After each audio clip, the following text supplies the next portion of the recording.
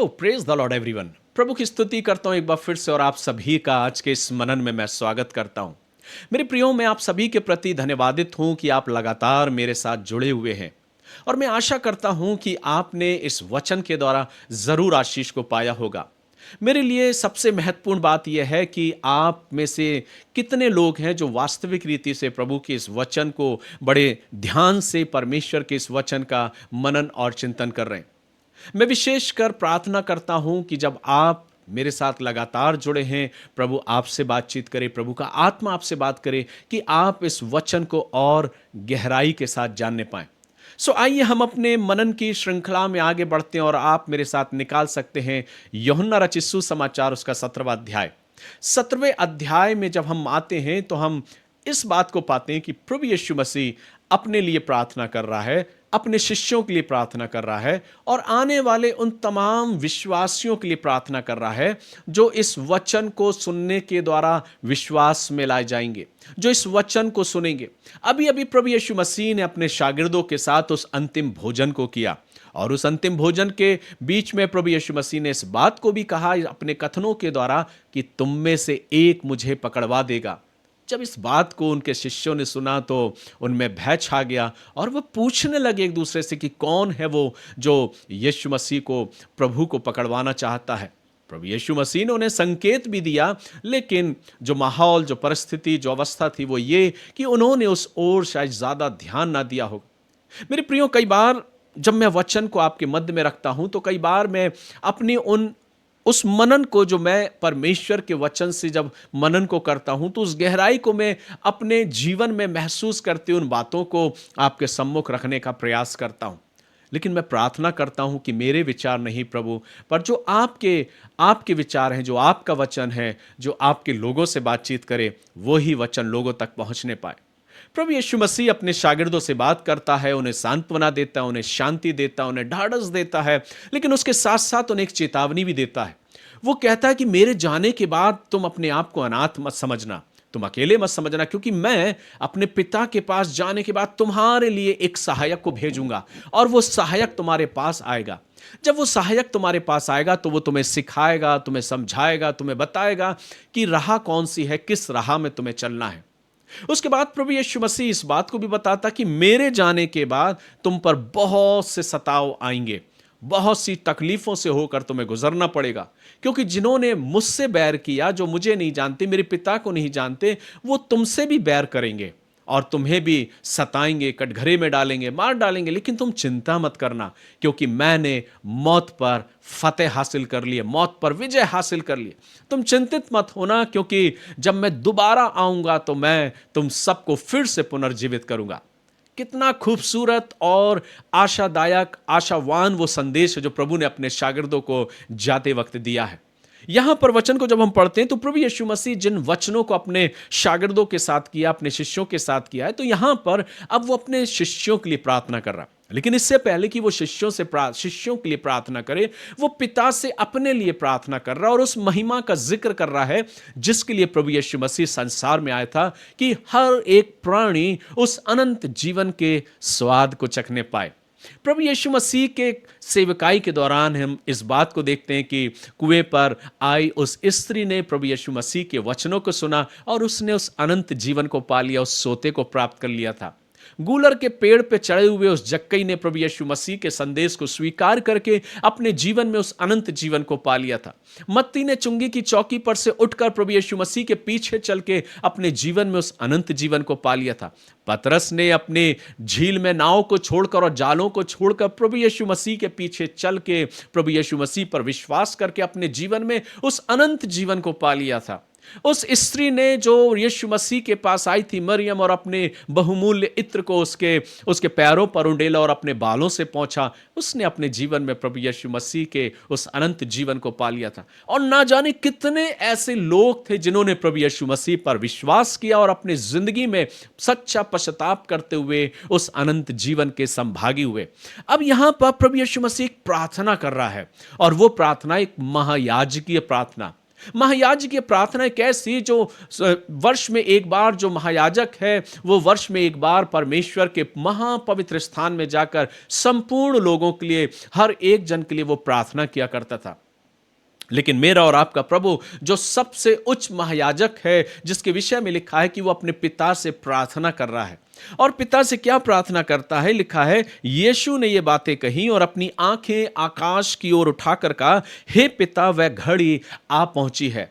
इससे पहले कि वो उस घड़ी में पहुंचे, वो अपने पिता को स्मरण करता है। ऐसा नहीं कि प्रभु यीशु मसीह ऐसे ही अवसरों में अपने पिता को स्मरण किया, लेकिन जब आप सुसमाचार को लगातार मनन करेंगे तो आप इस बात को पाएंगे कि प्रभु यीशु मसीह जब भी अवसर मिलता था अपने शागिर्दों को विदा करता था, उनको अलविदा कह के एकांत में अपने पिता से प्रार्थना किया करता था। और वो प्रार्थना का समय मेरे प्रियो 1 घंटा 2 घंटा नहीं, लेकिन पूरी रात यीशु मसीह अपने पिता से बातें करता था, प्रार्थना करता था, और जब भोर होती थी तो वो अपने शिष्यों को, अपने शागिर्दों को दिखाई देता था, और फिर उसके बाद वो सामर्थ से भर के उन सामर्थ के कामों को किया करता था। तो पिता के साथ प्रभु का जो संबंध था वो अटूट था, और अपने पिता को हर बार वो स्मरण करता है। यहां पर भी प्रभु यीशु मसीह के द्वारा एक प्रार्थना को हम पाते हैं जो स्वयं के लिए प्रभु यीशु मसीह प्रार्थना कर रहा है, और वो कह रहा है, देख पिता, जो काम तूने मुझे दिया था वो काम मैंने पूरा किया है, और अब उस काम को पूरा करने जा रहा हूं।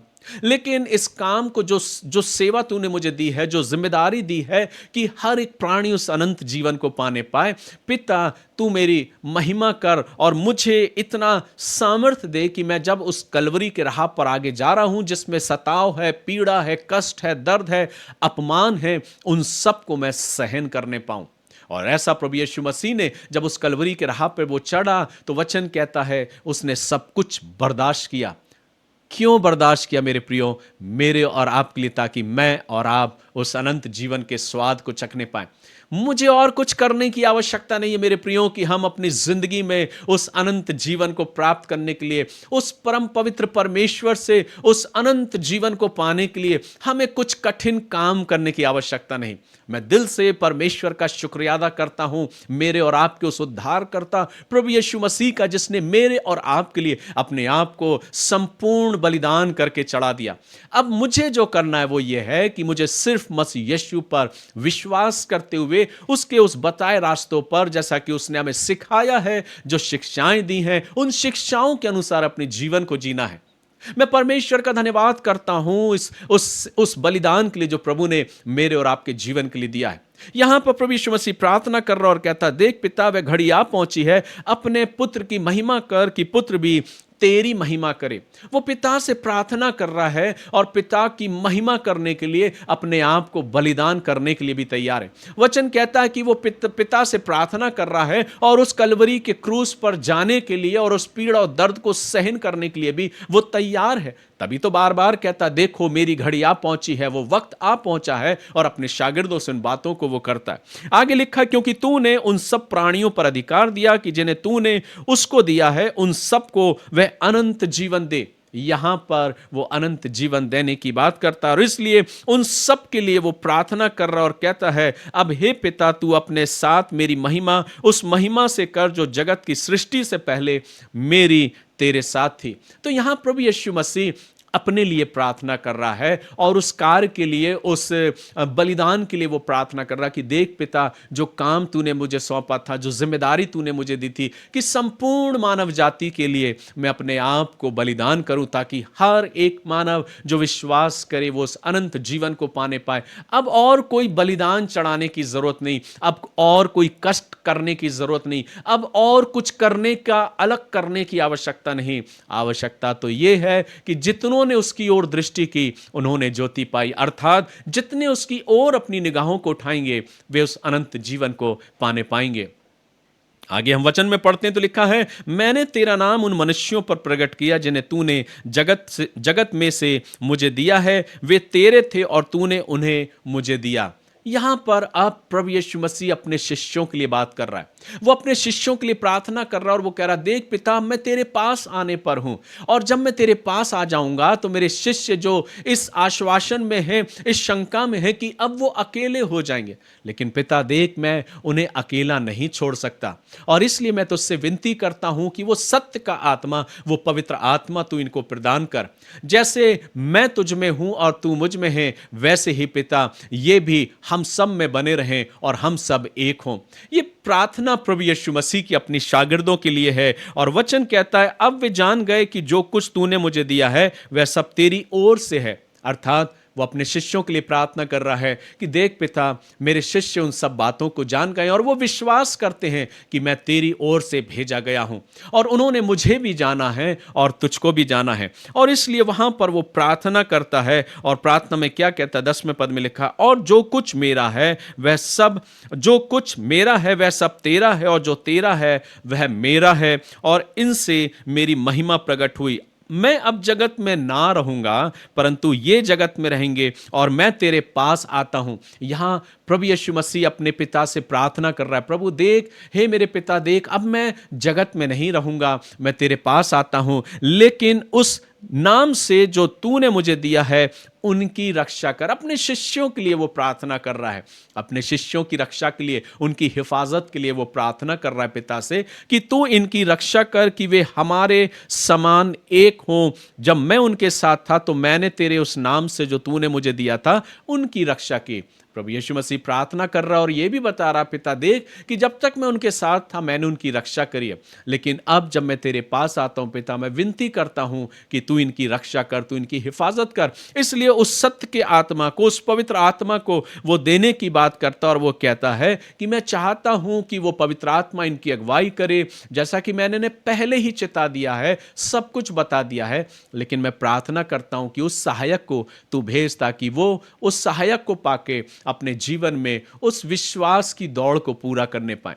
आगे जब हम वचन को पढ़ते हैं तो लिखा है 20वें पद से, मैं केवल इन्हीं के लिए विनती नहीं करता। अब प्रभु यीशु मसीह उन तमाम सभी विश्वासियों के लिए प्रार्थना कर रहा है जो इस वचन को सुनने के बाद, जब उन शागिर्दों ने उस वचन को सारे जगत में फैलाया तो बहुत बड़ी भीड़, बहुत से लोग प्रभु पर विश्वास करते हुए अपने जीवन को समर्पित किए। यहां प्रभु उन लोगों के लिए प्रार्थना कर रहा है जो आने वाले भविष्य में प्रभु पर ईमान और विश्वास लाएंगे, उनके लिए प्रभु प्रार्थना कर रहा है। मैं केवल इन्हीं के लिए विनती नहीं करता, परंतु उनके लिए भी जो इनके वचन के द्वारा मुझ पर विश्वास करेंगे। जो कुछ मेरे शागिर्दों के द्वारा बांटा जाएगा, जो कुछ मेरे शागिर्दों के द्वारा बताया जाएगा, उनके द्वारा जो वचन सुनेंगे और जो विश्वास करेंगे, उनके लिए मैं प्रार्थना कर रहा हूं। और आगे प्रभु कहता है, मैं प्रार्थना मुझ पर विश्वास करेंगे कि वे सब एक हों, जैसा तू हे पिता मुझ में है और मैं तुझ में हूं, वैसे ही वे भी हम में हों, जिससे संसार विश्वास करे कि तू ही ने मुझे भेजा है। यहां पर प्रभु यीशु मसीह सबको एकता में बांधने की बात करता है। यहां प्रभु यीशु मसीह इस बात को कह रहा है, हे पिता, मेरी इच्छा है कि जैसा मैं आप में हूं और आप मुझ में हैं, वैसे ही मैंने भी अपने इन शिष्यों को भेजा है। जैसे आपने मुझे भेजा था, मैं भी अपने इन शिष्यों को भेज रहा हूं। लेकिन हे पिता, मेरी प्रार्थना है कि मेरे इन शिष्यों की तू हिफाजत कर, इनकी रक्षा कर, और उसके लिए अपने सहायक को भेज। उसके साथ ही साथ वो उन विश्वासियों के लिए भी प्रार्थना कर रहा है जो विश्वास में लाए जाएंगे, उनको भी उस एकता में जोड़ता और कहता, पिता, इन सबको भी हम में एक कर ले। सो यहां पर हम प्रभु यीशु मसीह के द्वारा एक प्रार्थना को देखते हैं, और जो प्रार्थना प्रभु अपने लिए कर रहा है, अपने शिष्यों के लिए कर रहा है, और स्वयं आने वाले उन विश्वासियों के लिए प्रार्थना कर रहा है। इस प्रार्थना के पीछे एकमात्र उद्देश्य यह है कि हर एक जन परमेश्वर की उस महिमा को, परमेश्वर के द्वारा उपहार में दिए गए उस अनंत जीवन को और उस उद्धार की योजना में सम्मिलित हो सके। वो महायाजकीय प्रार्थना जब प्रभु करता है तो वो इस बात को कहता है कि पिता, मैं चाहता हूं कि हम सब एक हों। और यहां पर इस वचन को जब हम पढ़ते मेरे प्रियो, तो हम इस बात को देखते हैं कि प्रभु जैसा कि वचन में कहता है, हे पिता, मैं चाहता हूं कि जिन्हें तूने मुझे दिया है, जहां मैं हूं वहां भी वे मेरे साथ हों। प्रभु यीशु मसीह वचन कहता है कि जब वो पुनरुत्थान होता है, स्वर्गारोहण होता है, तो इसके पहले ही वो अपने शिष्यों को उन बातों को दर्शा देता है, मैं तुम्हारे लिए जगह तैयार करने जा रहा हूं। अपने शागिर्दों को वो इन बातों को सांत्वना देता, वो कहता तुम्हारा मन व्याकुल ना हो, तुम चिंतित मत हो, क्योंकि मैं अपने पिता के पास जा रहा हूं, क्योंकि मेरे पिता के पास रहने के बहुत से स्थान हैं, ताकि जहां मैं रहूं वहां तुम भी रहो। यहां अपने पिता से प्रार्थना कर रहा और कह रहा है, हे पिता, मैं चाहता हूं कि जिन्हें तूने मुझे दिया है, जहां मैं हूं वहां वे भी मेरे साथ हों, कि वे मेरी उस महिमा को देखें जो तूने मुझे दी है, क्योंकि तूने जगत की उत्पत्ति से पहले मुझसे प्रेम रखा है। यहां प्रभु की इच्छा ये है, मनसा ये नहीं कि प्रभु अपने उस उद्धार की योजना को पूरा करने के बाद स्वर्गारोहण में अपने आप को ले जाएगा, उसका स्वर्गारोहण होगा, अपने पिता के पास पहुंच जाएगा, उस महिमा में विराजमान होगा और अपने शागिर्दों को अकेला छोड़ दिया। नहीं मेरे प्रियो, प्रभु कहता है कि मैं इन शागिर्दों के लिए भी प्रार्थना कर रहा हूं, मैं उन आने वाले विश्वासियों के लिए भी प्रार्थना कर रहा हूं जिसमें हम और आप सम्मिलित हैं। मेरे प्रियो, ये वचन हमारे पास कहां से आया? हम और आप मसीह में कैसे आए? हमने अपनी जिंदगी में प्रभु पर विश्वास करते हुए अपने आप को, अपने जीवन को प्रभु के साथ अपनी जिंदगी को जोड़ा है।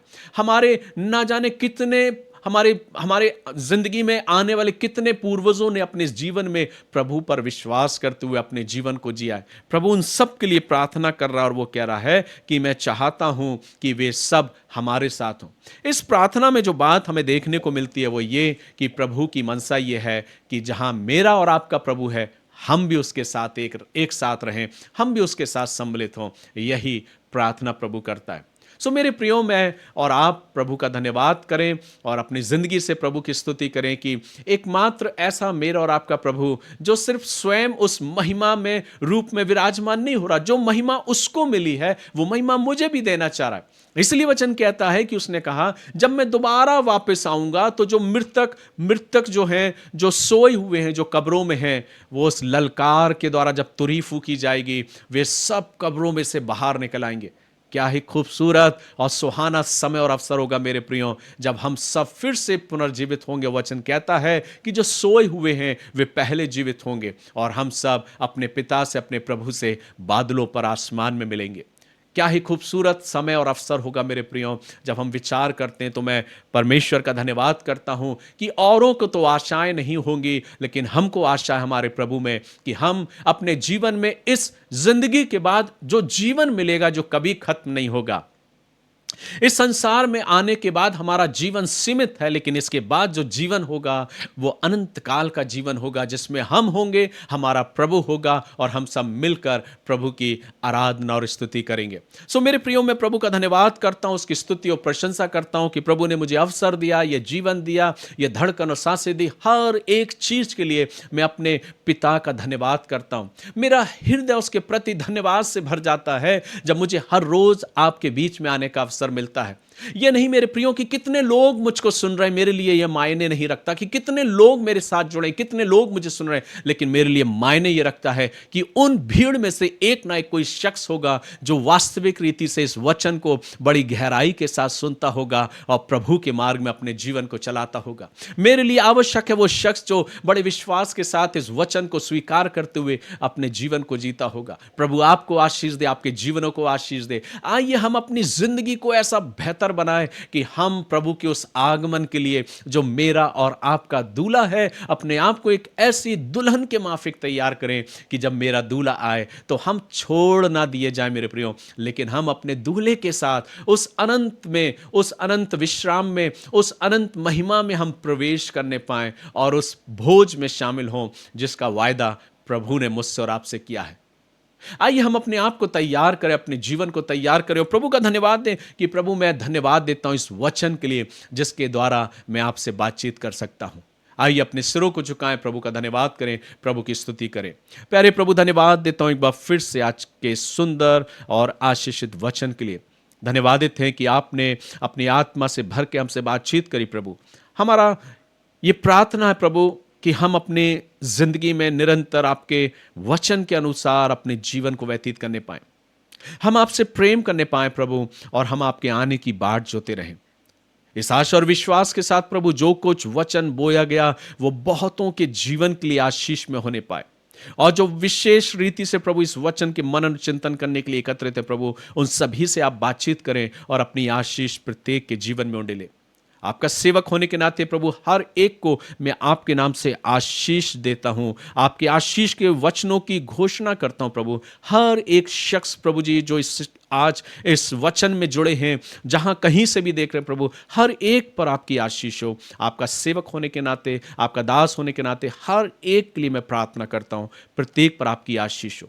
धन्यवाद के साथ इस प्रार्थना को और अपने आप को, अपने जीवन को प्रभु और हर एक हमारे इन प्रिय भाई बहनों को प्रभु आपके हाथों में सौंपते हुए प्रार्थना प्रभु यीशु मसीह के नाम से को मांगता हूं, आमीन। अब हमारे प्रभु यीशु मसीह का अनुग्रह, परमेश्वर पिता का प्रेम, पवित्र आत्मा की संगति, सहभागिता और उसकी आशीष है आप सभी के साथ अब से लेके युगानुयुग तक होती रहे, परमेश्वर पिता, पुत्र और पवित्र आत्मा के द्वारा, आमीन।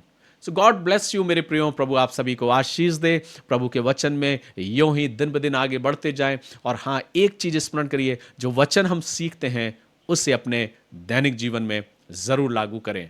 प्रभु आप सभी को आशीष दे। कल हम फिर मुलाकात करेंगे प्रभु की मर्जी के मुताबिक। तब तक अपना और अपने परिवार का ख्याल रखें। प्रभु की आशीष आपके साथ हो, यही मेरी प्रार्थना है। God bless you.